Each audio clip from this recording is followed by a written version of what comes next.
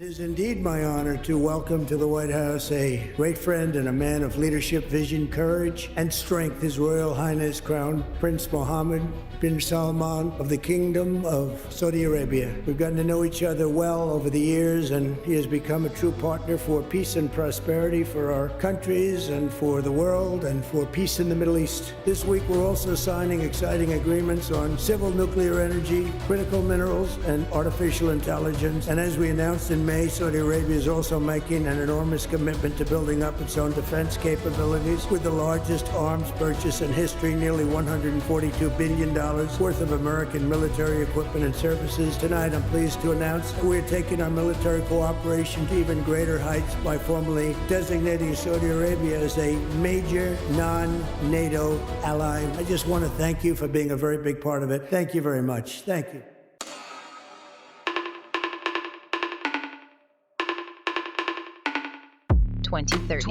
Saudi Arabia at the point of investment fund. It's a big lot of excitement It's around transformational specifically. change. Every aspect of the kingdom, economic, social, cultural, religious. The 2030. This is the 2030.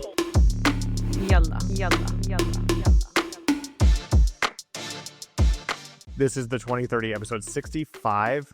Dr. Hannah, hello. Nice to see you. How are you? Alhamdulillah, I'm doing great. How are you? Yeah, I'm doing great in Riyadh now, and we'll be here for the next 8 months. And yeah, it's great. The weather is amazing. And we are going to be doing something really cool and really unique here for episode 65.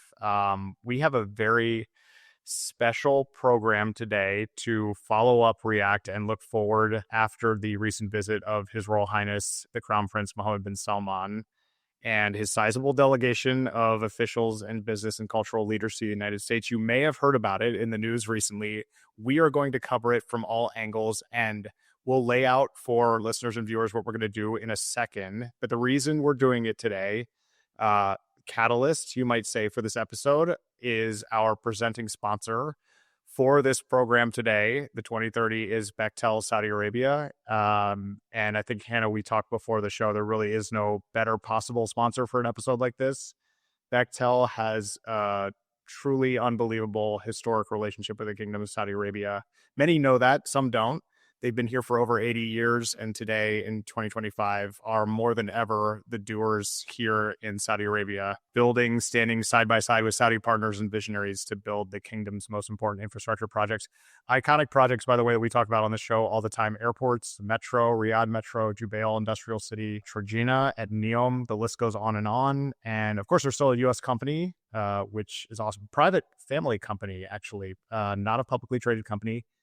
So when you're in Saudi Arabia, basically any direction you look, there's some BECHTEL project, maybe not directly in your line of sight, but in that direction that has been delivered here over that long period of time. So thanks to BECHTEL Saudi Arabia for partnering with us and supporting us for this awesome special episode. We appreciate it. Huge thanks to our sponsor, BECHTEL. And Lucian, you listed out some of the projects and accomplishments that BECHTEL has made in Saudi Arabia, and they've done a lot for my own hometown, the Eastern Province. I wanted to highlight that because it's really impressive. I mean, the list that they worked on in some capacity is just really long, and some of them are actually like start to finish. But, we talked about Jubail Industrial City, so the first and second industrial cities and the ongoing expansions. Ras Al Khair Industrial City as well, which is, key for mining and metals, housing communities and facilities, university development in Ras Al Khair, airports like the King Fahd International Airport in Dammam, oil and gas and industrial plants as well, the Ras Tanura refinery, also a Kharsania gas plant, and the Abu Hidriya Fadili. Actually, I don't know how to say that, Fadili. Look at this, getting tripped up. I love it. I am. But it's because you transliterate things sometimes. Yeah, because it's in English. Like, yeah, it's amazing you can do that. Yeah. Yeah. But also, just so many projects that are incredibly important for the industrial development of Saudi are driven by BECHTEL's incredible investment within the kingdom. And I love that. So Economic Engines for the Eastern Province, just a great sponsor for this episode. Yeah. And forthcoming or, in the pipeline, they are also doing King Salman Airport, which is Riyadh's kind of new airport. It's like a city airport, kind of hard to even describe what they're hoping to accomplish there in terms of, the world's largest airport, but also infrastructure around it. It's like a city within a city. It's a city airport that services a city, but it's kind of its own thing. It's an amazing project. I actually saw a full live model of it at the Dubai Air Show last week, and it's insane. And I spent a lot of time like walking around it, just being like, this is cool. So anyway, thanks to Bechtel. Here's what we're going to do for this episode. It's going to be completely unique for us. Everybody knows about the visit, of course, and we sort of were talking about what we wanted to do here. And I think some people saw some things and some people saw other things. Some of you know everything that's happened.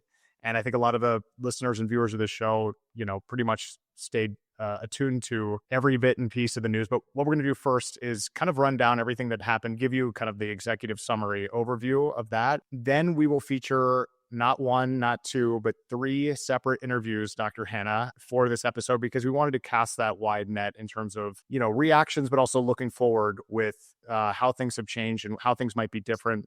People in the business community, people in any community that are interested in Saudi Arabia, may benefit from hearing how people are thinking about what has changed here. Bader Alreziza, Saudi businessman, Dr. Mansour Almarzoqi, and Daryl McGraw are going to be our guests today. And we will, a little bit shorter of interviews so that we don't take up too much of everybody's time, but really cool conversations with them coming up, just kind of giving us the after action. And then after that, I think we'll follow up with our thoughts on what happened and what is next. In our view, do a little looking forward activity here and use that as a chance for you and I to talk about what we think about the visit. That'll be fun because we've now kind of done a lot of research on it and then also have spoken to people that really know. So looking forward to that as well. But yeah, anyway, exciting, different format, really cool sponsor, and good to see you again and be so back on the 2030. I think let's start with sort of a summary of the visit. I'll have you kick it off. Thanks, Lucian. No, of course. I think that it's really important that we maybe even just begin by saying, like, we know that this has been heavily covered, that we're not necessarily telling you anything that you don't know in terms of the logistics of what happened, the specificities of the actual trip, but we really want to do what we normally do on our show, which is to give you some insights that you might not have necessarily heard through mainstream media, but we also really wanted you to hear a little bit about the reactions from the ground within Saudi. And now that the trip is over and His Royal Highness the Crown Prince is back, we want to think about what's next. And so, yes, MBS, His Royal Highness the Crown Prince of Saudi Arabia, Mohammed bin Salman, was in Washington between November 17th and 21st. And I think that this was an incredible strategic and diplomatic reset. And this is the first visit to the U.S. since 2018, and it really symbolized a full restoration of U.S. Saudi ties. President Trump hosted high-profile events in the Oval Office. There was a summit there. There was also the formal White House gala dinner, and then Trump announced announced that Saudi Arabia would be a major non-NATO ally.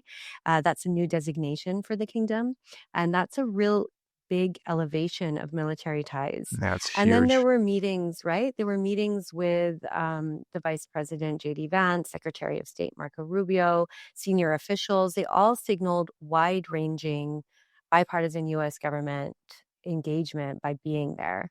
And there was real government-to-government agreements that were non-defense related, that were major deliverables that we can track since this visit. So civil nuclear cooperation was huge. This I know is something that you're always very excited to talk about, Lucian, but the joint declaration to conclude negotiations enabling U.S. firms to build Saudi nuclear reactors. This sets strict U.S. non-proliferation standards, opens multi-billion-dollar energy cooperation. You also have the huge AI revolution discussion happening. So artificial intelligence is an area of strategic partnership between the two countries. There was an MOU signed to jointly develop AI technologies and allow Saudi access to advanced American AI systems. which also, kind of leverages Saudi capital and scale, but serves both countries' needs and protects U.S. intellectual property. You had the critical minerals and supply chain framework, cooperative framework covering lithium, rare earths, which is definitely a key word at the moment when thinking about international trade and magnets. And it's intended to reduce dependence on non-oil suppliers. So implicitly, of course, we know that that kind of means China when you're in the US. But I think there's definitely an upping of that potential agreement there in relationship. And then it supports everybody's national energy transition goals. Trade standards, finance cooperation. Saudi Arabia is going to recognize U.S. motor vehicle safety standards. That facilitates U.S. auto experts. There was an investment acceleration, the framework to speed up approvals and improve regulatory environment, and finance MOUs on capital market alignment, so financial regulations, fintech standards, and so on. And my area of focus, of course, and my favorite part was the education cultural exchange MOU, which expands U.S.-Saudi academic partnerships, training programs, and cultural cooperation. And it really does aim to build long-term people-to-people ties. I think that's a really important one. There are global players in the education market that are really interested in Saudi because there's so much investment that is possible. There's a lot of money that's going toward education and training. And I mean, we've done a recent episode on soft power and skills development. And this is really the next area that I think is going to be incredible for that people-to-people relationships. Yeah, I mean, I'm really glad we're doing this as part of this episode. There were several things in there that I had not heard of until you said them. The auto standards thing is really interesting. Defense and security usually dominates headlines. I mean, especially when you're in the US or you're in the West. I mean, that's sort of like A1 because it's I guess it's more big picture and emblematic of other things going on. Again, and you mentioned earlier, I don't think it's the most important thing, but you do have this strategic defense agreement, SDA, which is a long-term defense pact, which for one deepens military coordination, streamlines defense industry cooperation, joint operations, integrates Saudi Arabia more deeply into the U.S. security framework.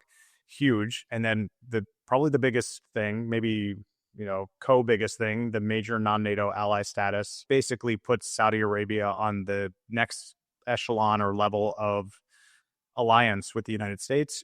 And I think that's something that Saudi Arabia has wanted for a while. I think it's something that many in the US have wanted for a while. So to see that crystallize is huge. Of course, you have closer military training and cooperation as part of that. You have more defense and arms sales that go from the US to Saudi. That is something that I think gives Saudi Arabia confidence in its Vision 2030 transformation, to know that the US has its back, I guess you can say. I mean, so huge there. I mean, in terms of sales, that's, again, headline grabbing stuff, but we want to cover everything here, including auto standards and F-35s, which you may have heard about. The U.S. approved future sale of F-35 stealth fighters to Saudi Arabia for the first time. The Saudis requested 48 F-35s worth just a tiny chunk of change of $142 billion. That's a huge deal here because the F-35 is something that only Israel has had in the region. Now Saudi Arabia will have them. Of course, the premier, I think, fighter jet that the U.S. has is the F-22, only for the red, white, and blue. But I mean, the F-35 is an incredible system, and it is more than symbolic that Saudi Arabia will have access to these aircraft. 300 M1 Abrams tanks, which is a lot of tanks. And that's a huge sale as well. And, there's been sort of talk. I mean, the reason why that Saudi Arabia hasn't had access to these systems, they've had, I think, F-15s and F-16s. But in Washington, the demand for Israel to have a qualitative military edge, QME. But Trump has said that both allies should get top of the line equipment. And so that's a political movement, and it's a security major development in the security space. There was no Saudi position on Israel normalization, not now. And I think His Royal Highness the Crown Prince, I think King Salman, I think King Abdullah before that have been very clear that they want to, stick to their vision for the King Abdullah Peace Initiative in the region, and only a credible two-state pathway for Palestinians will get them to do that. Absolutely. Yeah. No, I think that was something that people, I think, really still miss the mark on and are still speculating on, oh, yeah, this is going to And I'm be the like, no time, this is going way. to be the moment. And it's kind of Yeah. like, it's been really, really clear that there is no moment until there's an actual movement on Israel's position on a Palestinian state and the two-state solution, or a credible solution for real lasting peace and statehood and dignity for the Palestinians. But glad they brought that up. There were some other interesting, things that were brought up. I was recently just kind of scrolling through my social media again and looking at Trump's statements on how he didn't really have Sudan on his map, and now Sudan is there because of the way the Crown Yes. Prince presented it. And I think there are some things that were definitely surprises in that space, which were great to hear, because you do, I think, need voices from within the region to really kind of escalate certain crises in different ways. And I think that was really, really helpful. Good In point. terms of, Really good point, by the way. Yeah. yeah, I think that's it, right? Like Sudan's there, but like as Trump was saying, it was like, I think it was just chaos. But actually, the Crown Prince presented it in a different light for me. And now I think I think he said something like within an hour we were like already on it. So, Yeah, which and has that's an been interesting true space, Trump by the way, style. Trump style. yeah, it's interesting space to watch. I believe the United Arab Emirates is on the other side of that conflict. I mean, this is what is important. The U.S. president, Trump or no Trump, has a lot on his plate. And so to have discussions like that, I mean, that's, again, in terms of priorities, only the Crown Prince and only regional leaders can really speak to the president on the things that matter in the region. Sorry, I interrupted you, but I just think that's a really good No. point you just made. Well, I tend to make good points, so From time to time, right? Yeah, exactly.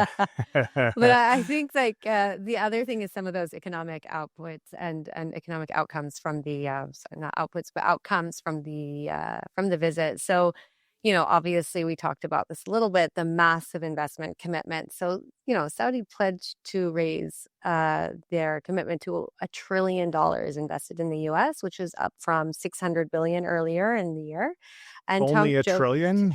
just $1 trillion. Yeah, Trump, of course, joked about increasing it to 1.5 trillion. It was, a symbol of confidence and closeness in this rapport Yeah. but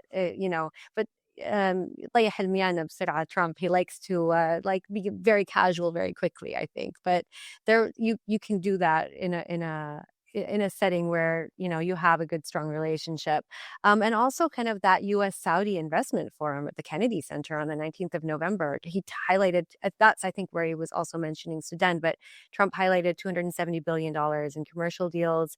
Dozens of Fortune 500 CEOs attended that. And those key sectors are, again, in AI and technology. So having like the PIF company Humane pledging to buy 600,000 NVIDIA AI chips. Humane and Elon Musk's XAI, JV for advanced data centers in Saudi Arabia. You also had AMD, Cisco, and Humane up to 1 gigawatts of data center infrastructure by 2030.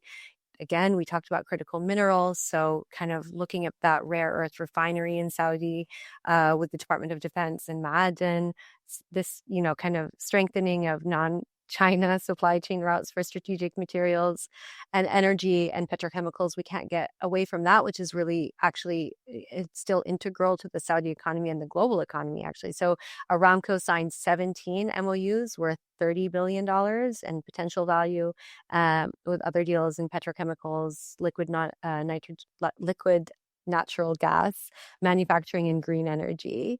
And again, I mentioned some of those finance deals as well. So expanding financial partnerships, joint investment mechanisms, agreements across healthcare, tourism, aerospace, and more, of course. And there was a wide attendance: Pfizer, Boeing, Halliburton, and more. And I think the real key strategic takeaway for the economic kind of economic and financial agreements was the collaboration was elevated to the same level of importance as defense.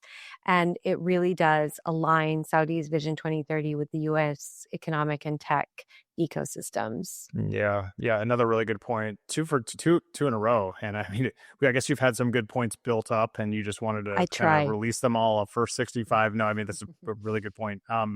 congressional engagement, cultural soft diplomacy components. I mean, all of this is kind of part of a visit like this, of this significance. It's not just His Royal Highness coming, it's His Royal Highness, government officials, private sector officials, and then people in the soft diplomacy and cultural spheres around that. His Royal Highness met with Congress, was on Capitol Hill, the bump, as I like to call it, for talks with senators and bipartisan leaders. There was some education and training MOUs announced to enhance student exchanges, academic partnerships. We talked a little bit about that. My absolute favorite thing, and when I become president of the United States, the White House State Dinner is going to be something I do every single weekend, 52 a year, no breaks, because I think dinner is like the best time to like hang out with people. And, you're going to have a new space to do that in, I think, as well, aren't you? Yeah.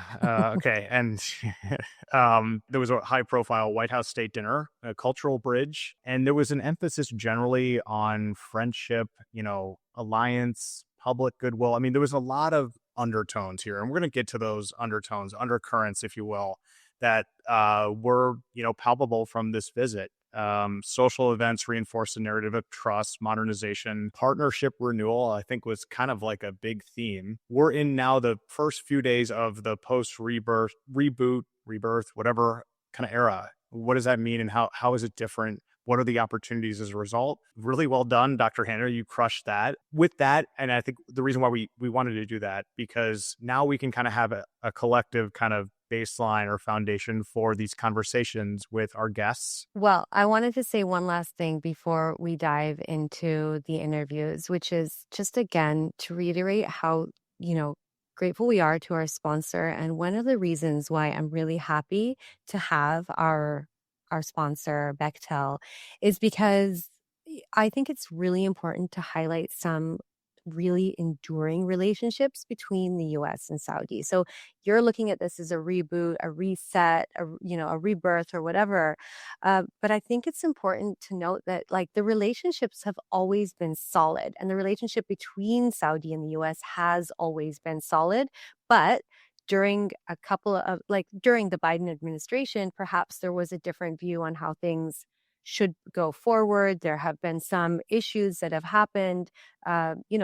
There have been times where there have been tensions, but the business relationships and the people-to-people relationships between the U.S. and Saudi Arabia have actually always been very, very strong.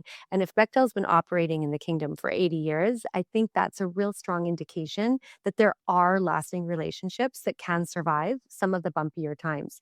However, things definitely thrive when you have stronger relationships across the board, diplomatic, economic, and that more soft power kind of dimension of culture as well. And I'm so excited to be able to actually remind people that this isn't new. This is a continuation, and our sponsor is a living and breathing example of how these relationships can be very, very lasting. And if you want to work in Saudi Arabia, or if you want to do business in Saudi Arabia, you really have to have that long-term mindset.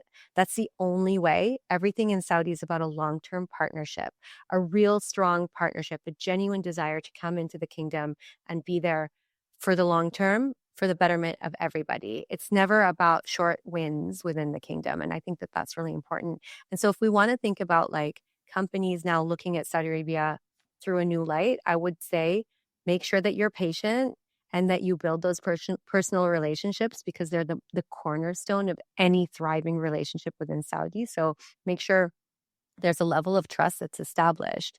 And then you can think about how you might be able to come in and set up a relationship with organizations within the kingdom or people within the kingdom. And I think that just my last point on that, if you think about kind of the kingdom's real desire for economic development going into the future, there's a need to attract as much foreign direct investment as possible. But maybe the slowdown or the missing of the target for 2030 hasn't been reached quite yet, because people don't really understand that.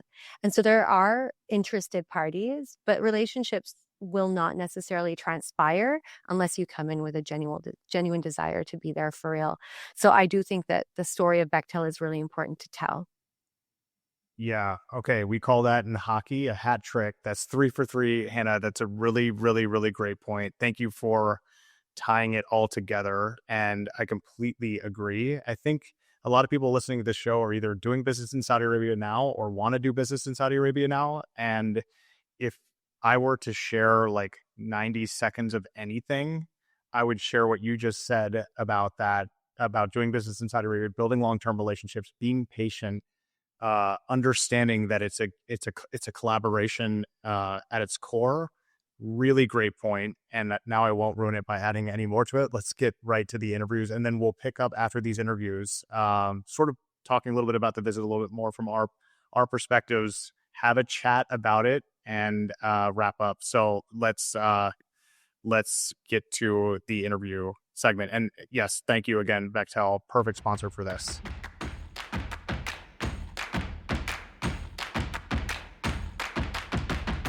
Dr. Mansour Almarzoqi joins us now on the 2030. He's Associate Professor of Political Science, Director of the Center for Strategic Studies, and Director for the Center of American Studies at the Prince Saud Al-Faisal Institute for Diplomatic Studies here in Riyadh. Dr. Mansour, thank you for taking the time. Nice to speak with you. Thank you very much. I'm happy to be with you. Yeah, it's great to have you on the show. And I'd love if you could tell us a little bit about the Diplomatic Institute and your work there. Well, first of all, thank you very much for the kind invitation. I'm happy to be with you. The Prince Saud Al-Faisal Institute for Diplomatic Studies was established in the late 90s. And the main purpose, the raison d'être, was to train our diplomats, the Saudi Arabian diplomatic corps. And throughout the past decades, it evolved into acquiring new roles, mainly two other roles. So the principal role is training, and we have multiple programs. Some of them are long, university-like programs, like the Diploma of Diplomatic Studies. And the second type is short-term training courses that go about for 1 week each. And the second role it acquired is that of a think tank, mainly providing analyses and foresight vis-a-vis specific topics when asked. And the third role, given that we are all academics, we must do research in the classical traditional sense, mainly for two purposes. One, in order for us to advance professionally speaking, to get promoted, we need to fulfill certain conditions, one of which is publications, peer-reviewed scientific publications. And the second reason for this traditional classical university-like role is to feed into the process of building classes and training courses. So we need this dimension in order to develop and advance the content of our training and teaching. Personally, as you said in the introduction, I am an associate professor of political science. I do teach, I do research, and I also have the pleasure and the honor of managing two small centers. They are more like research units and then research centers. One is tasked with strategic studies, and the other is tasked with American studies. So we do events similar to those of think tank. We host roundtable discussions. We host think tankers from all over the world. We participate in think tank events all over the world as well. And the main idea is to exchange thoughts on various topics of interest, and to keep up with the recent arguments, the most recent arguments in our domains. You have a very full plate, so we really appreciate your time in coming on the 2030 today to really help our listeners and viewers kind of understand through your point of view what to make of the recent visit of His Royal Highness the Crown Prince Mohammed bin Salman to Washington. And I think that one of the things that we really noticed was that there was a lot of kind of focus on lighter moments. There were things in the media that were trivialized, perhaps, but we think the engagement itself carried incredibly significant weight. And we'd like to hear from your point of view, kind of what were the most substantive takeaways, and was there a particular moment that really stood out to you as meaningful? First of all, I should mention that whatever I share with you in terms of ideas and thoughts are my personal views as a researcher and academic from Saudi Arabia. It doesn't represent any institution or any point of view other than mine. And second, I like to think of it conceptually. I think going back to the element of history, which is extremely important because it set the stage and it continues to influence the stage for bilateral relations. At the beginning of the bilateral relations in the late 20s, I think from 1928, 1929, when the first official contact took place between both governments, the government of Saudi Arabia and the government of the United States of America. At the time, the US was a middle-sized power. It wasn't a world great power. So it was growing. In a way, it was in the same strategic posture of Saudi Arabia today. Saudi Arabia is a middle-sized power, growing and having more influence on the international environment.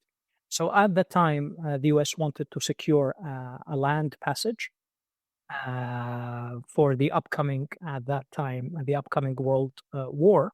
It was it is called by historians the between the wars period, between the First World War and the Second World War. So the US was concerned, strategically speaking, by securing a land passage to move its troops from Europe to Asia to confront the Japanese Empire at the time. So that was the main strategic objective of the US. Saudi Arabia had other objectives, chief among which is to balance the old colonial powers, that of Great Britain and France, which used at that time controlled and dominated the region. Things evolved. And the last visit of His Royal Highness to Washington is part of that evolution. But the conceptual difference in my view is that it gave a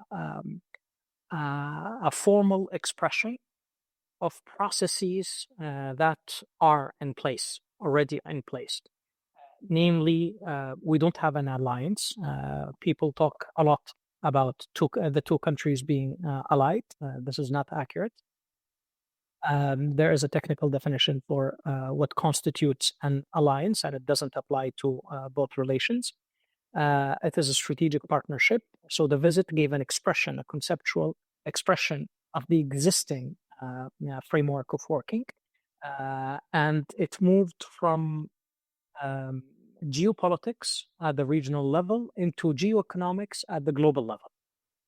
These are two extreme important frameworks. The visit gave a formal expression, a formal constitution, if you will, of these two dimensions, a strategic partnership of geoeconomic global consequences. Things will continue to evolve, as has always been the case in the bilateral relations. We moved, as I said, from different strategies and objectives for both sides in the 20s and the 30s, when oil was discovered. That gave a different dimension to the relations. It didn't settle until the beginning of the 70s.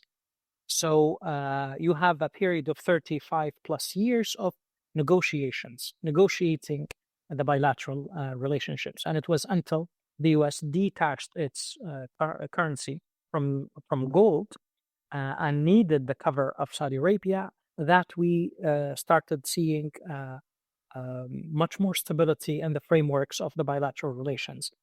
But in the 90s, when the US woke up, the sole superpower of the world, we went back to negotiating the bilateral frameworks. So in a similar fashion, I think we will continue. We have much more solid frameworks at the moment, but that doesn't exclude possibilities of continuous negotiations. So I expect much more of that with a compass, and the compass being rooted in these two strategic frameworks: the strategic partnership, which is a different kind of structure for relations between countries, and the global geoeconomics as the main driving forces of these bilateral relations, and as the main framework and the main frame of reference for negotiations. So in that sense, everything becomes starts to make sense. The grandiose reception that the United States of America gave to the Kingdom of Saudi Arabia. This is extremely important. The personal relationship between His Royal Highness Prince Mohammed bin Salman Allah Yahfadah and President Trump is extremely important, no doubt about that. But so many world leaders have excellent relationships with Trump. Why is it the first time that such a grandiose reception was accorded to a world leader? Two main explanations. One, the heavy strategic prepondering weight of the Kingdom of Saudi Arabia as a global middle-sized power that will contribute to the reshaping of global order. And second, the significant weight of His Royal Highness Prince Mohammed bin Salman. We must remember the tremendous efforts that he's leading his country into. He's the one who put in place Vision 2030. He's the one who has upgraded the public administration to unprecedented levels. The strategic objectives, the strategic direction of the country, the empowerment of its youth, and so on and so forth. So the weight of the country and the weight of His Royal Highness. All of these things start to make sense if we take if we put the bilateral relationship into their historical context. I think that's super interesting and really kind of incredible to think about it with that perspective of, first real engagement when the United States wasn't a superpower, wasn't what it is today, because there seems to be such a strong recency bias in the way that we look at foreign affairs today. Everything's about the now. But when you put into a context, like the historical context, and then you sort of reassess what's happening, it really makes a lot of sense. I'm curious how others in the diplomatic circles and the academic circles are looking at the visit, given what we just talked about with the historical context, and how they're seeing it as a next step, for what's next. I mean, is it optimism? Is it curiosity? What's the attitude in your circles now? We're right in the aftermath of the visit, you could say. Extremely positive. Here, I would like to take one step back and look at it from a national perspective. There is a great pride that we Saudi Arabians take into all of the details and the dimensions of the visit, not least of which the reception and the honors and respect that the United States of America offered and accorded to the Kingdom of Saudi Arabia, represented by His Royal Highness Prince Mohammed bin Salman. So there is great national pride in this. It doesn't have much to do with the US and everything to do with the Kingdom of Saudi Arabia. The visit, in a way, and this is a segue into the second point, which is national ambitions and national interests. The visit is an expression of, first of all, the high caliber of diplomatic engagement that our Saudi Arabian diplomats carried out. This wasn't the work of 2 or 3 weeks.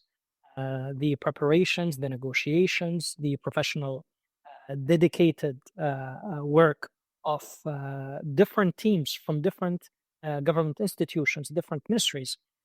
So this was an expression of the high level of skills and mastering the arts of international relations in all domains, not just in the domain of diplomacy, but in the economic field, the defense field, and if you will, there are so many ways at looking at the consequences of Vision 2030, the successes and the achievements, one of which is this high level of performance.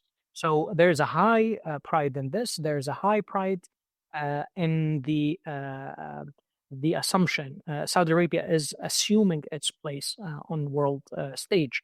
So that is a different, that is another topic of discussion in within academic and diplomatic circles in Riyadh, and the ambitions of Saudi Arabia and the management of strategic approaches to realizing those ambitions were also manifested in this visit.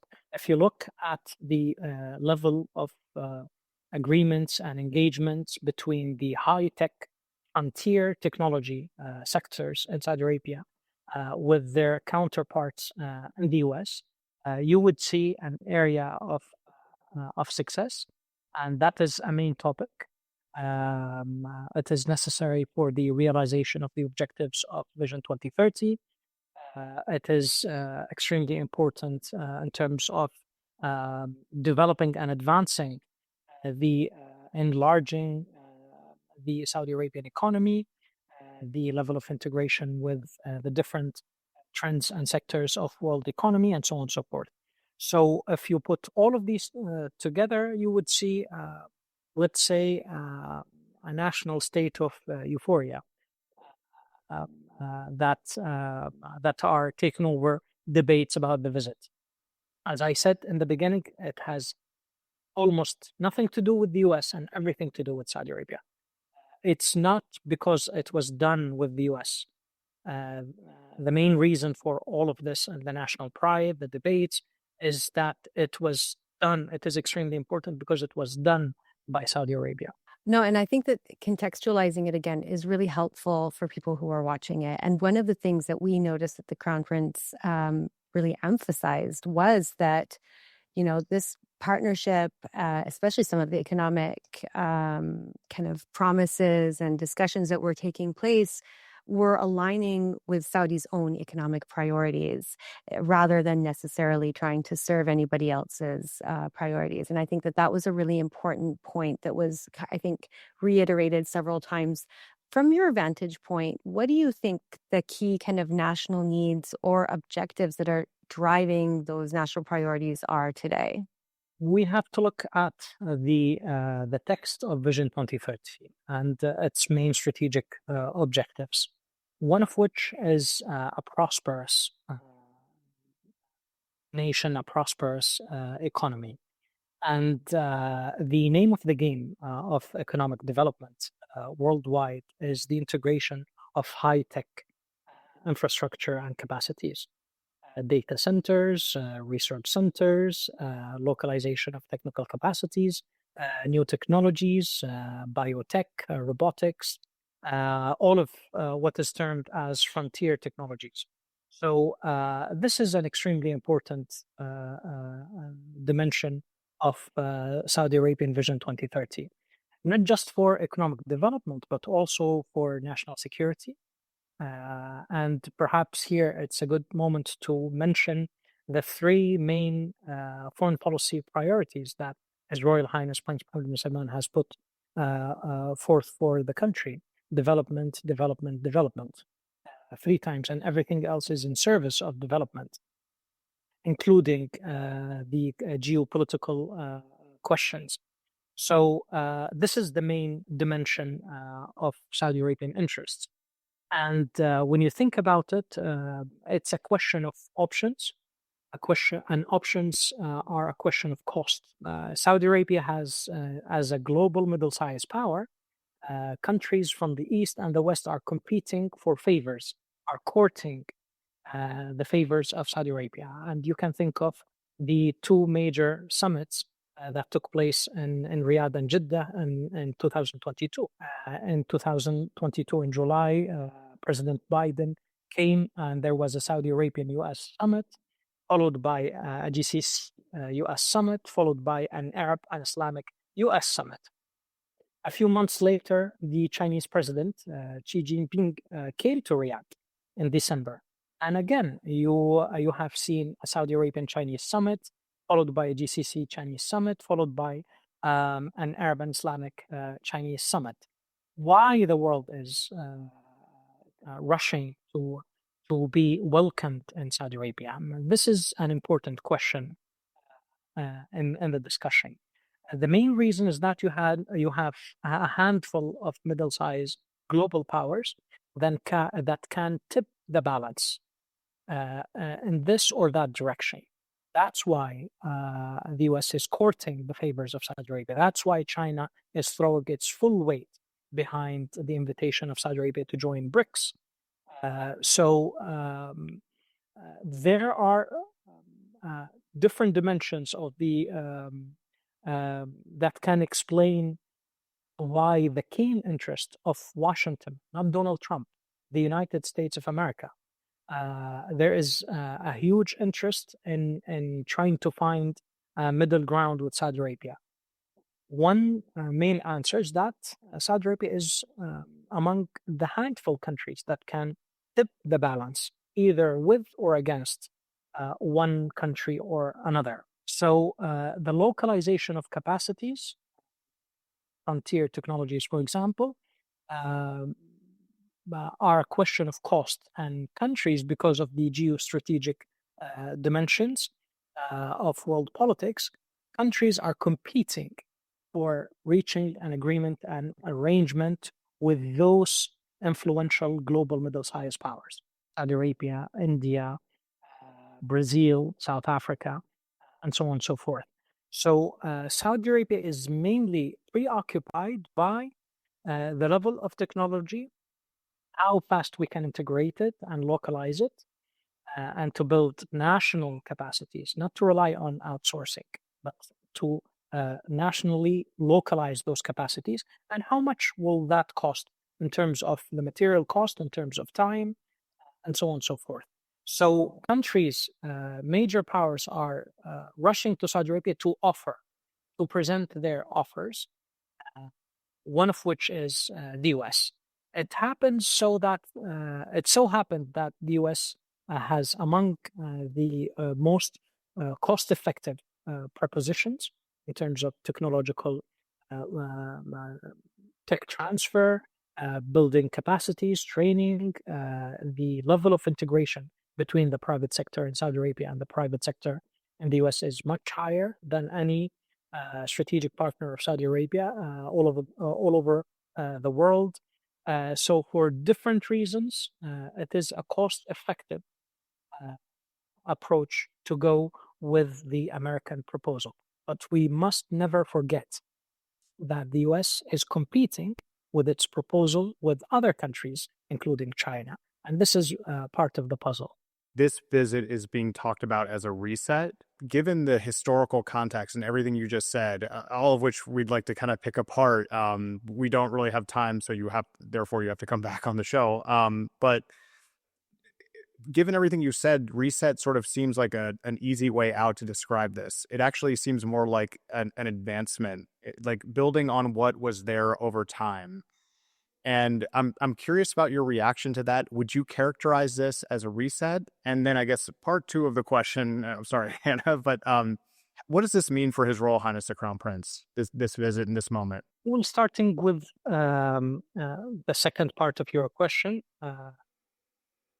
it is a significant success, diplomatic success, technical capacities, localization in Saudi Arabia success, advancement of the objectives of Vision 2030 success. It wouldn't have been possible that countries of the world would compete for Saudi Arabian favors if we didn't reach the level of development that we did. We have to be mindful of the fact that over 80%, according to public statistics, of the objectives of Vision 2030 have been achieved already, way before schedule. What does that achievement mean for our strategic partners? It means more opportunities for them. They would like to be part of the success story. So the level of advancement that Saudi Arabia has achieved, in big part thanks to the leadership of the custodian of the two holy mosques, King Salman Allah Yahfadha, and His Royal Highness Prince Salman Allah Yahfadha, which were still are instrumental in leading the country into these achievements. It wouldn't have been possible that countries would compete for our favors. This is very important. I couldn't emphasize this more. So this is an expression of these successes. Leading the Saudi Arabian economy into diversifying away from oil and gas. This is a major success. It has always been, I must say, an objective of the Saudi Arabian successive governments, but it was extremely important for a different number of reasons, one of which is the fluctuation of oil prices. So you couldn't project your plans way ahead into the future. You had to be short-term focused, because you don't know whatever the prices would become the next day. So it is almost a miracle that we achieved what we have achieved, that we have exploited the different latent potent sectors that weren't mobilized before. So it is a huge expression of the successes of Saudi Arabian development projects, in great part led by His Royal Highness. So it is a success of His Royal Highness. It's not an easy thing to do, to handpick leaders in different sectors, including in the diplomatic sector. It is a huge hassle. We struggle with low-level employees selection, let alone selecting leaders that would be your generals on the ground, leading the diversification, diplomatic engagement, the technological transfer, and so on and so forth. It's a huge task. It takes a lot of skill and wisdom to do them, and His Royal Highness demonstrated on the ground his successes in that regard. So for him, I think it is a celebration of his successes. Again, it's not about the US, it's about Saudi Arabian successes, Saudi Arabian ambitions. And to the first part of your question, is it a reset? I have written about this before. I think, structurally speaking, the relationship has to go through because of the negotiations element. Because it is a superpower and a global middle-sized power, things change on different paces. The rhythm of the cycle of change for a superpower is different from that of a global middle-sized power. And hence, continuous efforts of readjustment is necessary. That is why continuous negotiations is an important part of the bilateral relations between Riyadh and Washington. Is that too big to be called a reset? I wouldn't be inclined to say that. I think it has always been in the cards, the negotiations. We have never spent or gone through a decade without major renegotiations. Up until now, from the late 90s up until now, we have never gone through, and I can walk you through it, in the 30s and the 40s, the 50s, until today. We have never gone through one single decade without major negotiations, and we have the historical record to prove it. Will this continue? Of course, for a different number of reasons, chief among which is the transformations of world order. How much of that is a resetting vis-a-vis the bilateral relations, as opposed to a resetting vis-a-vis the world order transformations? So, in my view, I think I wouldn't go into the terminology of reset of the relations.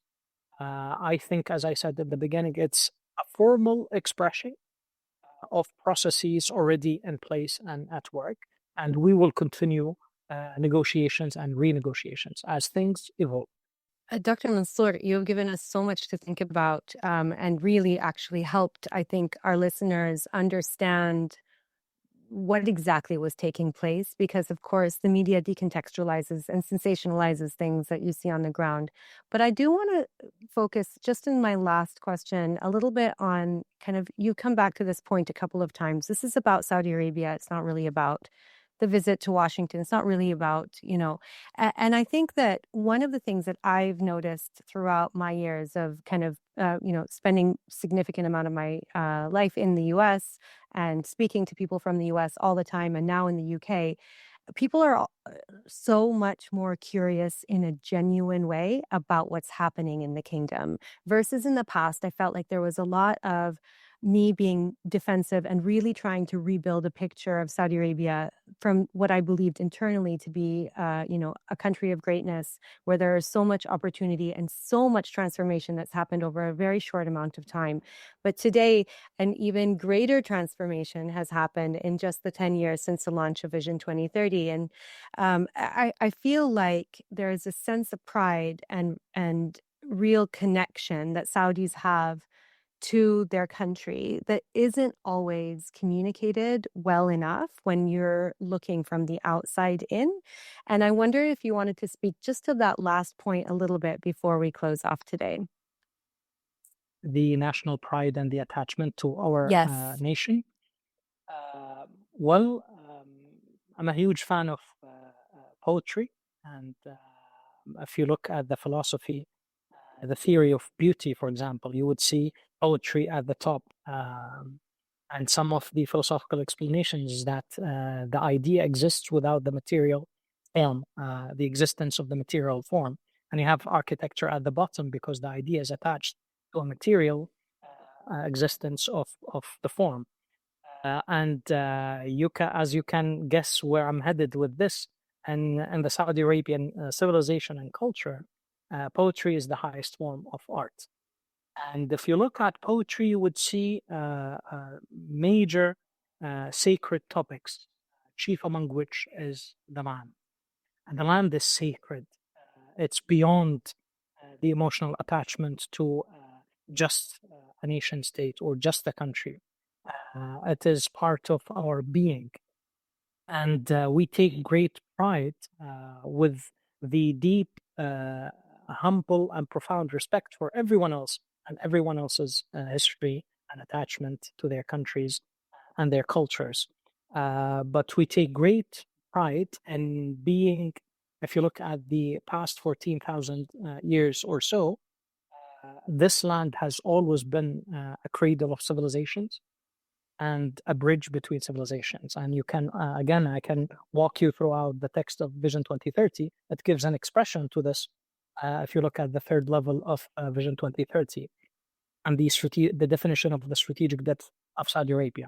So everyone knows that Islam was born in this land, but very little is known, at least in Western academic literature, that the land of Saudi Arabia is the birthplace of Arabhood, which is a question of language rather than ethnicity. And this is a cultural sphere in which the Arab system of value was born, and it was adopted by Islam after the advent of Islam. And if you look at the history of Al-Ula alone, the Dar Kingdom, where the oldest religious monuments known to mankind today were born, the Mustatils. If you look at the history of the Kingdom of Qidar, I can go on and on with this. So there is a sacred attachment to the land. There are so many contributions to the human civilization that my country, my people, my land has shared with the world in world history, one of which is love poetry. For the first time in the history of humanity, there was a specific, distinct topic of poetry, which is called ghazal in Arabic, and it has even the love songs were born here in the Hijaz region, uh, just prior to the advent of 13 centuries ago, and it has gone to the world at large. And if you look at the people, if you look at the music, if you look at the cuisine, all of these things, people are proud of all of these dimensions and aspects. And there is no way for me to tell you how much I'm attached. When we travel throughout the world, I literally, it is physically painful to be far away from Riyadh, for example. And people write poetry when they are traveling. I'm one of them about Riyadh and wanting to come back to Riyadh as soon as possible. And there is absolutely no way for me to tell you how much I'm attached to this country, to its history, to its people. The only way I can think of that even comes close to what I want to say is a simple invitation to everyone to come and take part in this experience. One of the most generous people on earth, very down to earth, humble, funny. I find Saudi Arabian people to be among the funniest people at all. There is so much I can talk to you about. Music alone would need many meetings and interviews to talk about them and the genius of the musical artistic expression of my people. So anyone who would like to discover and learn more about Saudi Arabia, I would say simply this: there is no way on earth I can describe or convey to you the parts of the picture, let alone the full picture. Please come and visit Saudi Arabia. We would be honored to have you. And it would be an honor to have you back on this program to explore all of those topics, because that was fantastic. Dr. Mansour Almarzoqi, Associate Professor of Political Science, Director of the Center for Strategic Studies, and Director of the Center for American Studies at the Prince Saud Al-Faisal Institute for Diplomatic Studies, which is associated with MOFA, Saudi Arabia's Ministry of Foreign Affairs. Dr. Mansour, that was awesome. Thank you very much. We really appreciate it. And I think it was very enriching and edifying. Thank you. Thank you so much. Thank you very much for having me.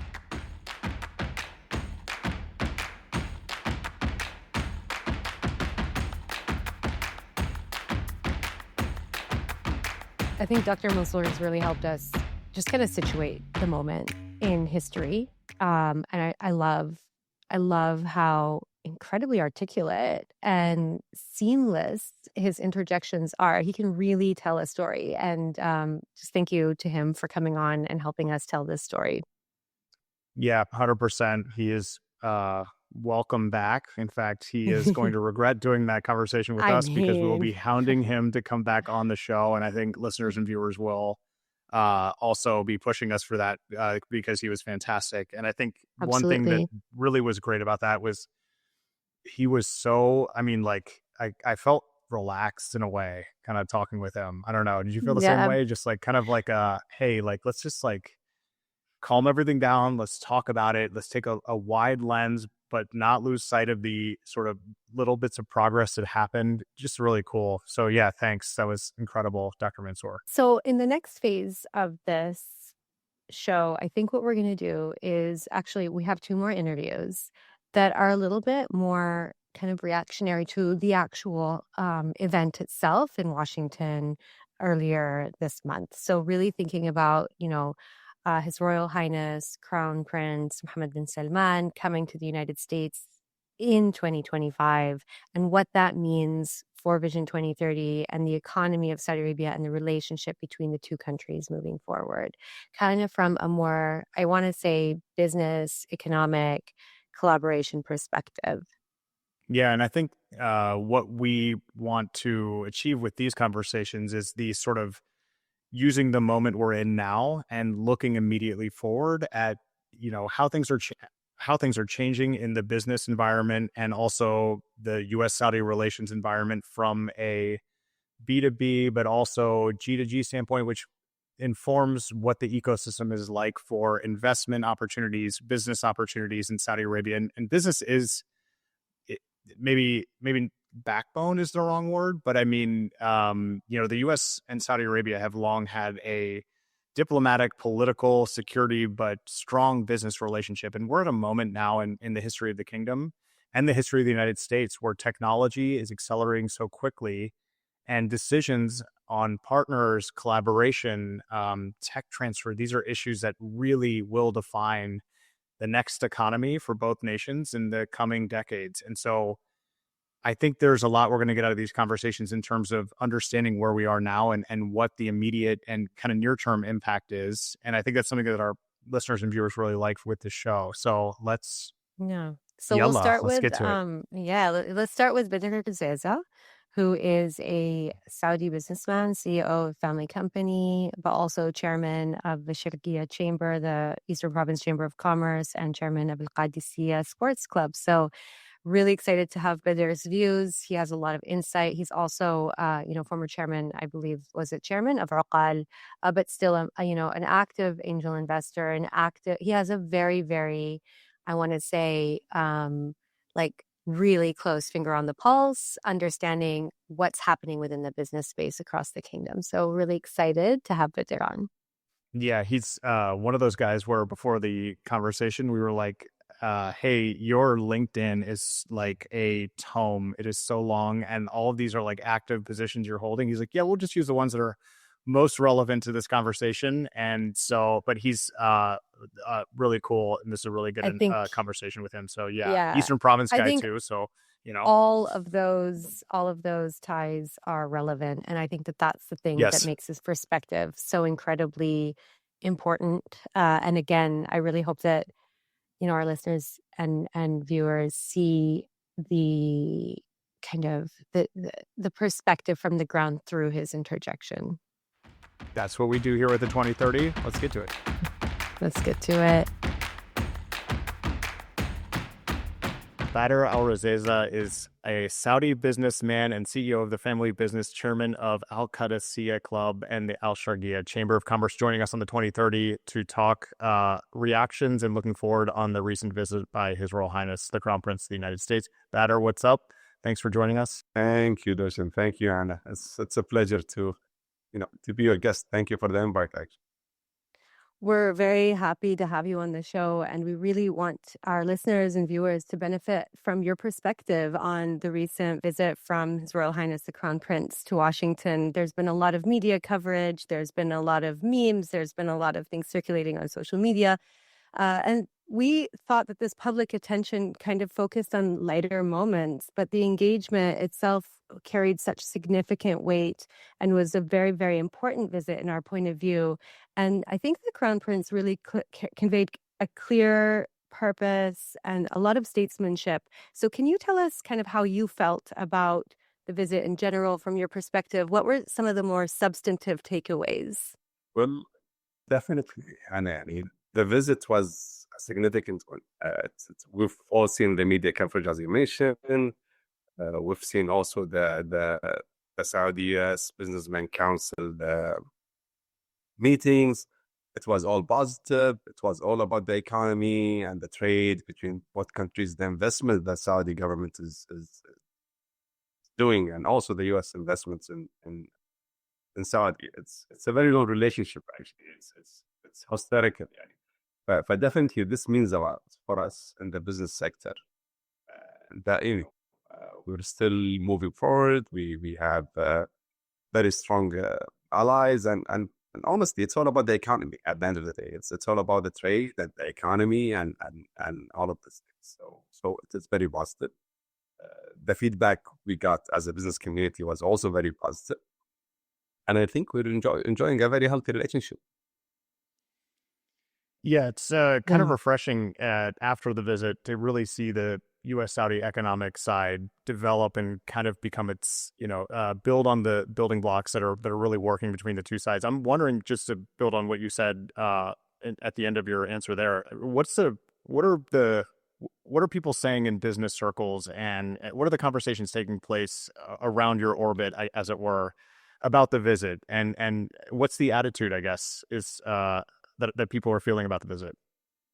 Again, it was a very positive feedback for us as a business community. We see how serious it was in terms of local investments, in terms of encouraging U.S. companies to come to invest and participate on the project. So the Saudi 2030 is not just a dream; it's a project, right?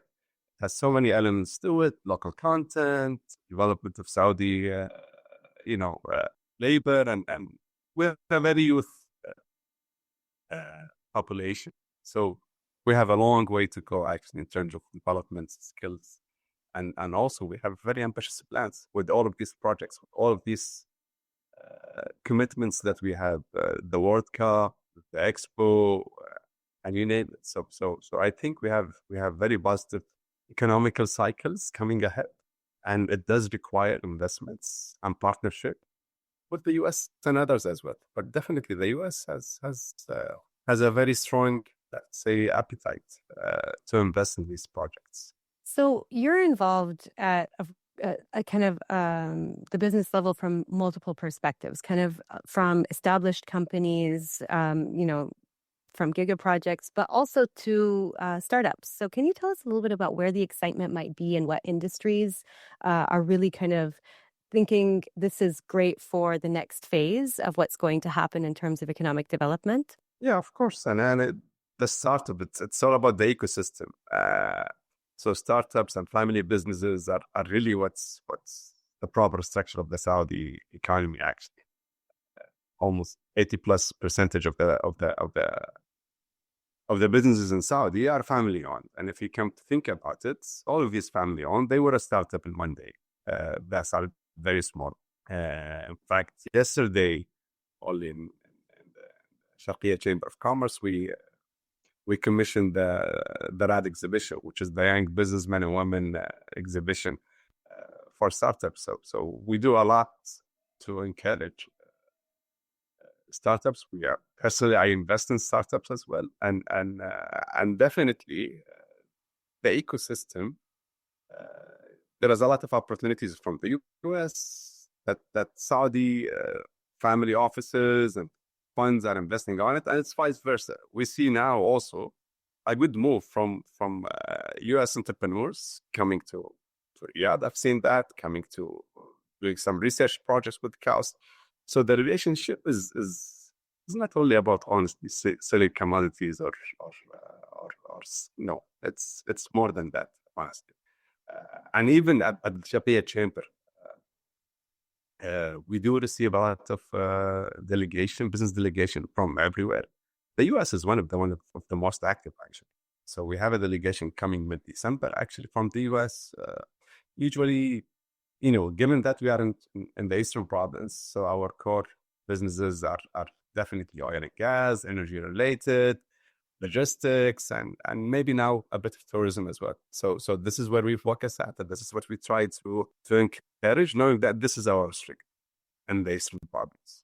Yeah, there's been a lot on the visit about, U.S.-Saudi security, U.S.-Saudi defense, but really the economy is the backbone of the relationship in 2025. I'm curious, because you're a startup investor you were previously chairman of the Al Angels Network. I'm wondering, a little bit off piste here, but are there opportunities for U.S. investors in the startup sector that they may be missing or that are especially attractive in your view? There is a lot that had been happening recently. And when I say recently, I mean in the last 6-7 years in terms of startups in Saudi. Previously, we haven't, for example, unicorn companies. This didn't exist previously. We had some successful ones, actually. I think 2 or 3 recently. We see more and more funds coming and investments coming into Saudi startups. Also, in terms of regulations, it have eased a lot for investors to come and start up their own companies in Saudi. The impact of that was we're seeing now funds come from the US investing in startups. Even we've seen funds investing in Egypt, which is very interesting. I see it, wearing my hat as chairman of PATSIA. E-games is one of the areas where we see a lot of interest, and mainly that's coming from the US. Actually, the funding is coming from US companies and into that domain. So honestly, to answer your question, it's totally different shifts. We see huge sectors. It's no longer the typical businesses, but we see it in fintech, we see it in e-games, and we see a lot of interest in also the health sector as well. And today, the funds from the US are really establishing their offices in Saudi. So this, I think, definitely eventually will bring more and more investors from the US and others as well to invest in Saudi and invest in the startups as well.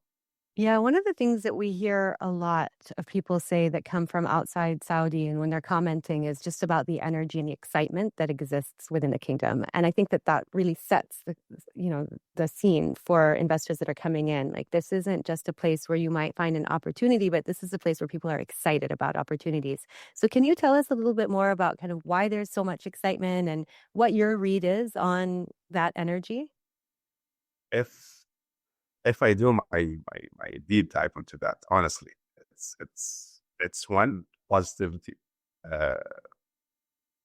For some reason, dynamics, the mindset, the energy is purely positive, and that's across sectors. It's not only with the youth, it's not only with middle ages, but even with our parents as well. They're all positive. Two, and that's really what's encouraging, Hannah and Lucian, is the ability to change. Today, the government is being very agile and dynamic when it comes to the change of any regulations. And I've seen it. We, as a business sector, we have clearly seen that. If we see any regulation or if we see any law that was a bit challenging, you will immediately,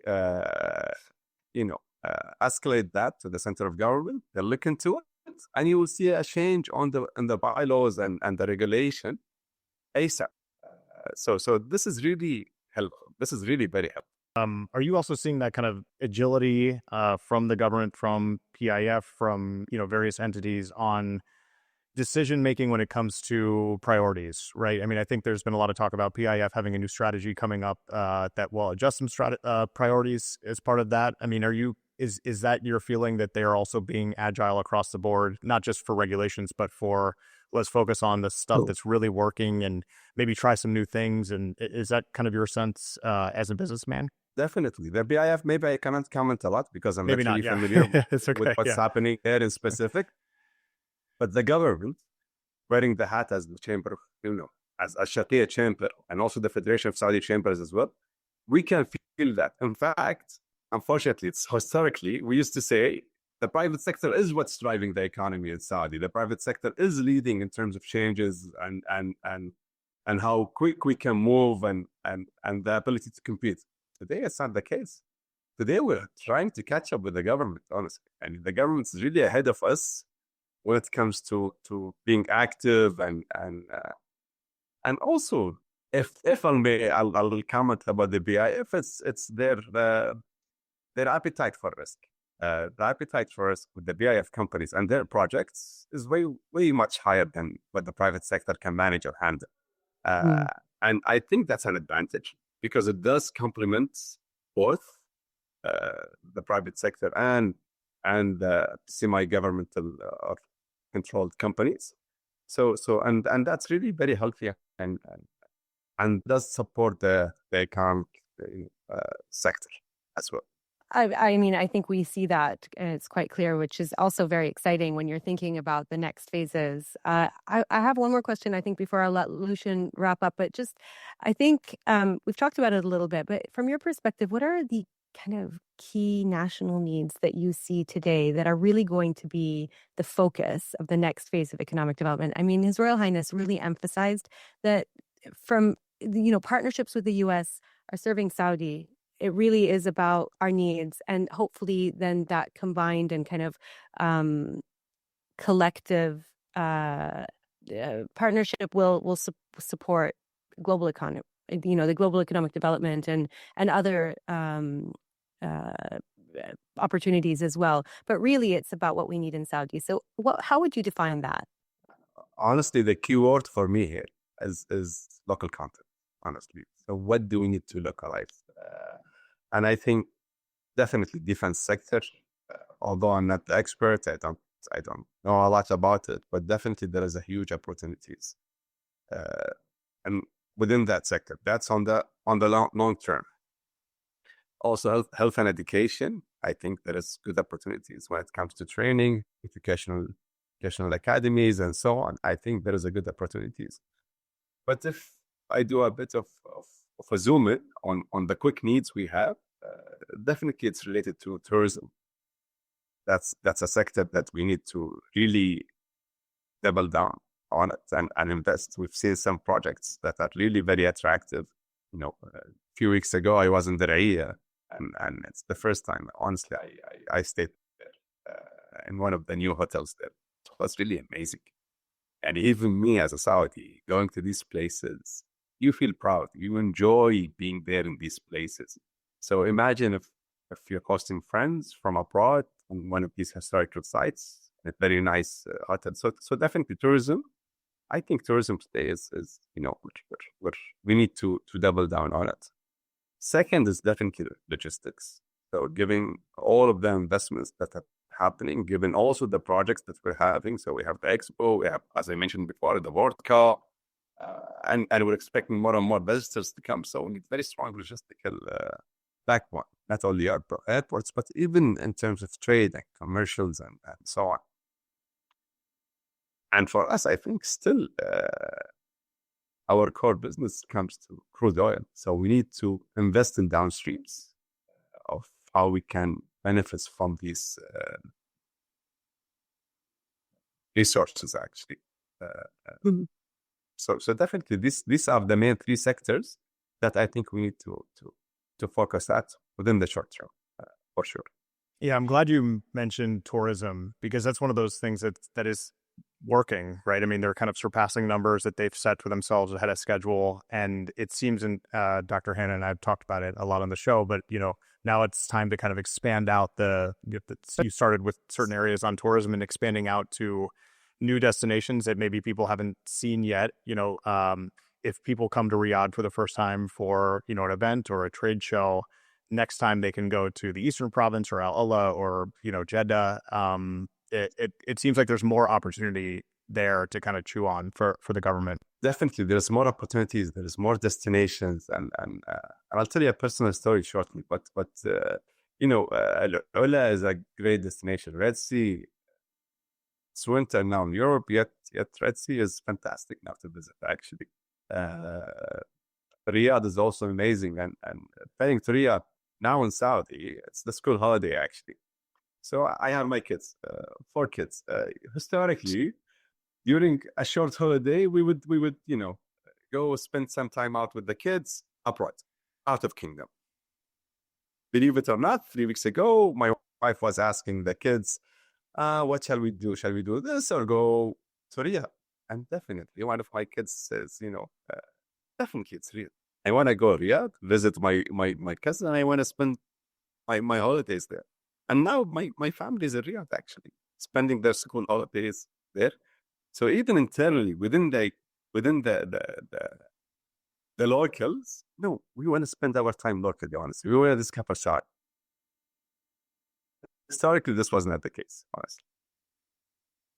Yeah, it's very true. And I agree. Like I also get very excited to kind of think about the different destinations. Like one of my next goal in Saudi is to go to the south and to go kind of see Soda, and but I'm still trying to convince the family to give up something and go there with me. They'd rather go to Riyadh or Jeddah, right? And I'm like, no, so it's gonna be hiking, do something a little bit different. And so there's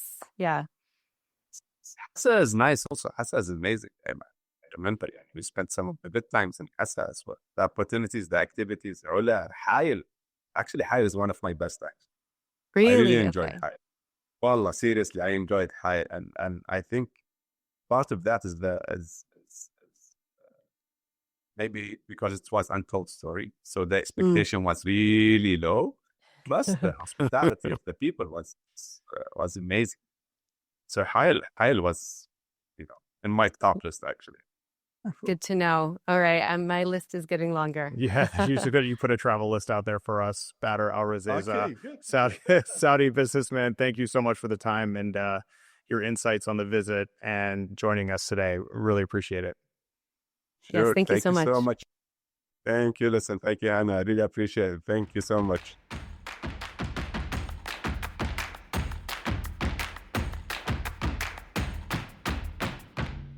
Last but not least, I think we now need to hear a little bit more about how this feels from somebody that works kind of intentionally to bridge relationships between companies within Saudi Arabia to companies in the United States.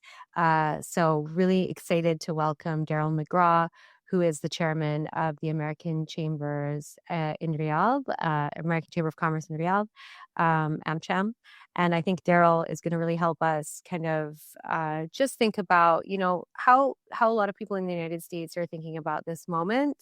And through, of course, again, through this visit as being the catalyst for a discussion about the relationship between the two countries. Yeah, and Daryl's got a good perspective on that. I mean, as somebody working with AmCham, which is the premier sort of organization that is serving as that nexus point, it's not his main gig. He's with PwC and he joined us from Lacen Valley here in Riyadh, and it's a good perspective to get because it really speaks to we talk about excitement, enthusiasm on the ground, right? And it's kind of a theme of the show, like since we started it. But he sort of embodies that. He's at that point between business and everything else happening in the kingdom here. So it's a good perspective to get, I think, from Daryl, and he's a pretty cool dude as well. So representing the American side here will be Daryl. So let's get to it. We are being joined now by Daryl McGraw, who is chairman of AmCham Saudi Arabia and PwC Middle East Assurance Leader, joining us from Lacen Valley here in Riyadh. Daryl, what's up, man? Thanks for joining us. Lucian, great to see you and awesome to be here today. So we want to talk to you about the visit of His Royal Highness, the Crown Prince, to the United States and kind of get some reaction, look a little forward with that. But I first want to just kind of share with our audience the work you're doing with AmCham and what AmCham does. Yeah, for sure. I mean, AmCham Saudi Arabia is the on-ground representative of U.S. and Saudi business interests here in Saudi Arabia. We've been on the ground here in Saudi for a very long time in 3 different chapters in Riyadh, in the Eastern Province, in the Western region, and always here to serve and just push forward the business relationship and commercial relationship that we have. It's great to have you on the show, Daryl. I wanted to start with kind of actually referencing some of the jokes and sound bites and memes that we've seen circulating since the Crown Prince visited Washington. So we saw our social media explode with all sorts of things, but we know how important the visit actually was, and that the Crown Prince actually appeared incredibly stately. He had so much gravitas while he was sitting in the White House. And I think that might be lost on some people if they weren't actually following what was happening. The general public sometimes doesn't really look deeply into these things, but because we know it was really important, we'd like to hear from you on what maybe some of the key takeaways that you had, and what were some of the more serious and notable moments for you. Yeah, I mean, look, I often say, Hannah, we're very fortunate in the AmCham to be stewarding this relationship at the moment between the United States and Saudi Arabia. I think it is a very, very close relationship on governmental terms, as you've seen over the last week. But it's also a very, very close relationship on business terms. I spent a lot of time in the Eastern Province over the years, and it's worth noting that it was American engineers almost 100 years ago that originally found oil in Saudi Arabia, and that relationship has really just grown since then. And it's a relationship that's very deep. it's a relationship that is based on trust and continued success. And I think the last week just marks the latest chapter in that decades-long relationship. Oh, you got Hannah so excited bringing up the Eastern Province, where she is from. I want to ask you. I want to ask you a little bit about the kind of discussions that you're having at your organization in light of the visit. I mean, are there opportunities that seem more tangible to you now after this visit? I mean, is this a pivot point? Look, connectivity brings opportunity, right? And Hannah, we'll double click on the Eastern Province at another time. I'm lucky enough to have a few boys that spent their early years there, and certainly an amazing place to grow up. But I think connectivity brings opportunity, and that's what we're seeing at the moment, Lucien. We're seeing greater connectivity, greater fluidity in that connection. And that allows ideas to come to life. It allows relationships to flourish. And I think that it's that context that, for lack of a better word, is a very fertile context. And I think that that's what's going to what's a major takeaway and a major positive about the visit and about the continued cooperation between the two countries. I think it would be really interesting to hear a little bit about some of the conversations that you might be having now on the back of the trip. And is there an opportunity, something more tangible that is really exciting you and the people within AmCham and within the greater ecosystem? Yeah, I mean, I think the AI opportunity is huge, right? And I think everybody sees that. I think that the context that we have here in Saudi Arabia to really be at the front of the AI revolution is just amazing. And I think that that's in part going to be powered by the Silicon Valley of the world and where the AI has sort of developed. And so for me, that is an area, and that's sort of the technology and AI area, that's certainly going to be a focus. In my own organization, it's something that's a huge focus as we look to invest in those areas to bring better outcomes to our clients. And I certainly think that this visit is going to be heavily weighted on the opportunities that AI and technology bring. Yeah, and I think another kind of I guess outcome that we're still waiting to see more on, and I know your background is in energy, but is in nuclear. I think that's a massive opportunity, not even for Saudi, I think for U.S. companies, right? And I think Saudi Arabia wants the U.S. to be the partner when it comes to safe, clean nuclear technology. Are you having conversations around that? Have you heard anything about where that's going, timelines, anything you can share on that? Look, there is plenty of conversation going on in the civil nuclear space. And I think that certainly was and is one of the focus areas of finding, let's say, more common ground and more areas to sort of double down on in terms of the U.S.-Saudi relationship. And I think all the components are there to make that happen. There's a political will at the moment, which I think is self-evident to everybody. And there's also a technology, let's say, availability component that really can potentially unleash a huge positive impact in terms of addressing the region's energy needs. There's no doubt that businesses are going to be focused on that, just to be clear. Yep, yeah. 100%. Yeah. And do you think that doing business in Saudi Arabia is actually changing at this moment? It couldn't be a better time to be in this region. It couldn't be a better time to be in Riyadh. And frankly, it couldn't be a better time to be in our offices here at Laysan Valley. There is a tangible sense of energy on the streets here. And, we could talk about fossil energy, talk about nuclear energy. Let's talk about the energy that exists in Saudi Arabia and in Riyadh at the moment. It's tangible. It's real. We're pushing forward and really creating a narrative of the future. And for me, on a personal level, to form part of that is just enormously professionally fulfilling, but also personally fulfilling. And so I think we're definitely on the brink of something very big. Yeah, that energy is also why I have huge bags under my eyes and really bloodshot eyes all the time, barely sleeping here. But you're exactly right. I kind of want to ask you a question about, if you're looking at the visit in a box or like kind of compartmentalizing it, there's been a lot of analysis out there that, His Royal Highness the Crown Prince went over, was treated sort of as a head of state, but the Saudi delegation was treated as Saudi Arabia as a whole. And it seems a little bit like a change in that it's America desiring a sort of broader, stronger, less transactional partnership with Saudi Arabia than it's had in the past. Would you agree with that?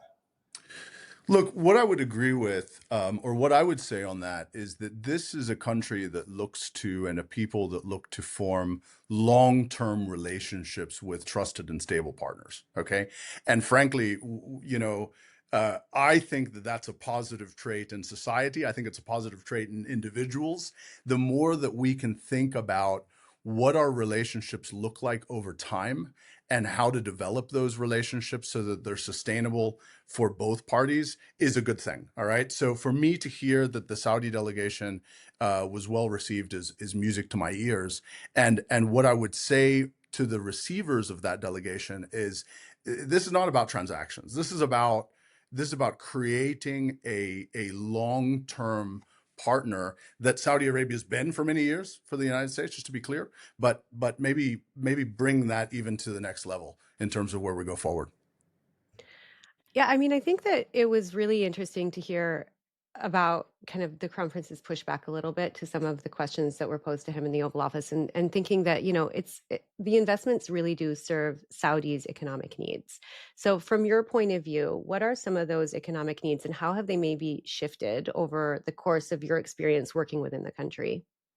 Well, I've mentioned AI, right? And I've mentioned technology and the fact that, there's a lot of US companies that do bring technology to the country. And I think that's very helpful. I also think that Saudi has seen in the United States over the years a very investable country as well. I mean, it's worth pointing out, whether it's Aramco or PIF or others that have made long-term strategic investments in the United States. And part of that is a recognition that the relationship should be symbiotic. It should bring technology and demand, supply and demand in both directions. And so, I think the opportunities are all around. I don't think that they're limited to one space. We see technology leading. We see some, and technology, I understand that much more wider than just, some sort of a more narrow understanding of what that is. Technology in different parts of the business in terms of construction, energy, financial services, it really touches everything. And I think that that's going to lead, but that there's going to be a lot of tail that comes through in other parts of the economy. Daryl, I want to pretend that we have some 2030 magic, like a 2030 magic wand, and I can just whisk you into the White House, into the Oval Office meeting right next to Donald Trump and His Royal Highness the Crown Prince for all the conversations. If you could add one thing to the agenda, what would you bring up if you were there? Look, if I were to add one thing going forward, it's probably not incremental. It's just to, again, sort of double down on the long-term vision of this, right? This is a visit. What we look forward to is decades of effective partnership. We also look forward here in the region of decades of continued stability and building on what we have, because in order to achieve the ambitions of the region, we need that continued partnership. And that goes beyond any specific deal that can be agreed. It is as I said, it's sort of the ecosystem that allows for not only the deals of today, but the deals of tomorrow to continue to progress. And I do think that's the secret sauce that people miss sometimes. It's like, oh yeah, I'm going to come in, there's an economic opportunity, swoop in, do some work and leave. And it really isn't ever about that if you want to be successful within kind of this space working between Saudi and any other entity around the world, and any other geography around the world. Yeah, fully agreed. Daryl McGraw, chairman of AmCham, Saudi Arabia. You mentioned the Eastern Province. Now we know we have to get you back on the show. I want to hear all about that. Hannah's not going to leave you alone until you do come back on, but thanks so much for your time. This was really helpful and really interesting. Thanks. I'd love it anytime. Thanks to you, Lucian, and Hannah as well. Thanks. Thank you.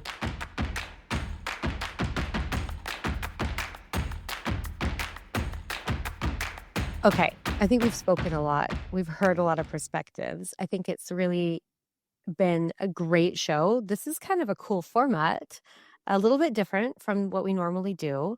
But my final thoughts and my final take, I think I have two.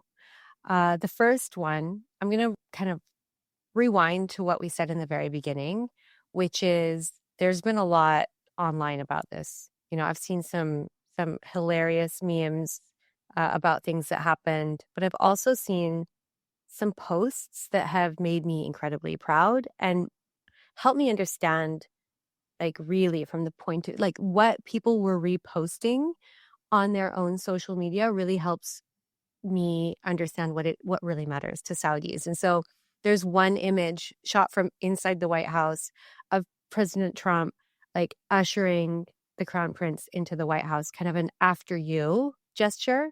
And that to me that was reposted so many times by people in Saudi on Instagram as well as on LinkedIn. And that to me really crystallizes how Saudis feel about this moment. Like, they feel so, I think, proud that this is the treatment that our Crown Prince was getting at the White House. And this is the level of respect that is offered to Saudi Arabia today in Washington. And that, regardless of your politics, is a very, very powerful thing to feel. Within, like, if regardless of your US politics, is a very powerful thing to feel if you're a Saudi. It is so, like, different from the experience that Saudis have gotten at other times. And that makes me very optimistic about the future. So that's like my key takeaway. I think I said I had two. The second one is a point that I made in the very beginning as well, which is just about the long-termism that we need to think about. So the long-term relationship doesn't need to end with a president or start with a president. It needs to be something that is enduring and built on trust and relationships between different people. And I think that is, again, my message to anybody that wants to work in Saudis. Like, please come here not thinking where's the opportunity for me, but think about where's the opportunity that we can co-create together. Yeah, I want to pick up on that point because that's a really good point. I think the first kind of takeaway for me is, and this is kind of like a personal thing and, just like from my point of view, but I thought the Crown Prince, His Royal Highness, did very well on this visit to project to the United States and therefore the world, that he is a leader of a kingdom in transformation. This is a ongoing initiative and a project that is complex, that is not proud in terms of trying to do everything on their own, on Saudi Arabia's own, the embrace of partnerships, and then signaling to the United States that we want, the United States to play a big role in this. This is happening. It's the subject of this show. Everybody already knows that we talk about this all the time, but the reality is that this is in progress and it's working pretty well. I mean, looking out the window here, down Olea Street, I guess it is, where this office is, you can see how much activity is happening here, and you can see it and feel it on the ground. You know this very well, Dr. Hannah. It's sort of like it's premature to say it's been a success. It is a success that is ongoing right now. Partnerships are key to that. I thought His Royal Highness appeared to be stately. He is the prime minister in addition to being the crown prince. He's the heir apparent and the next king of Saudi Arabia. I think tying into that a little bit is that if Saudis don't know this, then they should know it. America is very unpredictable. Politically, it is unpredictable. And this is not a new phenomenon. I mean, it seems crazy right now. The fact is, it's a crazy by inception. It's a country that started with a revolution and, more or less has had two political parties for hundreds of years. And we fight internally all the time, consistently. At one point, that boiled over into a major civil war. And America is always going to have back and forth oscillations in policy and decision making. And I think what sort of stood out to me was that Saudi Arabia increasingly, with the juxtaposition of having His Royal Highness the Crown Prince there, Donald Trump, who is polarizing and unpopular in the United States right now, next to him. And I just sort of took that image in saying, Saudi Arabia is projecting stability. it's projecting a reliable partner for U.S. companies and the U.S. government going forward. And that was kind of like an interesting thing to see and feel. And I think okay, so let me just like box that. That's one. Second, and I'll make three. Sorry, I'm going to have to one up you, of course, because you had that hat trick earlier on. I got to catch up. Tying into that, right?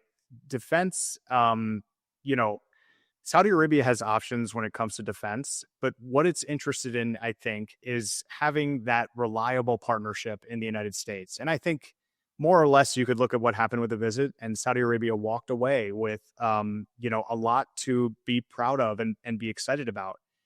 And I think it's pretty obvious that, this administration is very friendly to Saudi Arabia, the Gulf Arab states, and other partners around the world that, for example, Democrats or others may say, well, let's not prioritize our relationship with the Saudi Arabia and with the Saudis in general. But the reality is that we need Saudi Arabia now in a new way that, maybe we haven't in the past. And maybe that has changed. But it has always been kind of a two-way street. It just really seems a lot more, mutually beneficial and mutually, respectful. You guys have heard me talk about nuclear. The reason why I think this is so important is because Saudi Arabia has proposals and options sitting on a figurative desk in the kingdom for international partners to work with on nuclear cooperation. They have made it very clear to U.S. officials that they want that to be with the United States, and they're waiting. And I think movement on that is significant. It's a huge opportunity for U.S. companies. But for Saudi Arabia, I mean, it seems a little paradoxical because you have a lot of energy and, Saudi Aramco obviously is the world's largest oil company. But the energy needs here in the kingdom, and it's growing so quickly. The transformation is, pulling on power demand. Much of power demand still comes from oil and natural gas in Saudi Arabia. They're ramping up renewables. But nuclear power, safe, clean, reliable nuclear power for things like desalination in the eastern province, which provides water to Riyadh, is a no-brainer for Saudi Arabia. And they have been patiently waiting for this agreement with the United States, not with South Korea or France or anyone else. They want it with the United States. I'm so stoked to see that move forward. Anyway, Dr. Hannah, thank you. I think this format was cool too. So, I feel like I really learned a lot about the visit by doing this. So thank you very much to you and to our presenting sponsor, BECHTEL Saudi Arabia, for enabling this and pushing us to do this, because this was awesome. And we will see you guys next time. Yes, I can't reiterate enough how much we are grateful to our sponsor. This was a fun show to do, and really, really massive thanks to our guests for coming on, giving us their opinions, and really helping our viewers and listeners make sense of this incredible moment in history. Yeah. Thanks again, BECHTEL. Thanks again, Dr. Hannah. Thanks to our guests, and thanks to our listeners and viewers. We love doing this show. We're excited about it and continuing on. We'll be back to the normal format next week, but this was cool. So Shukran. yeah, Shukran, see you guys next Lucian. time. Shukran, Dr. Hannah. Masalama.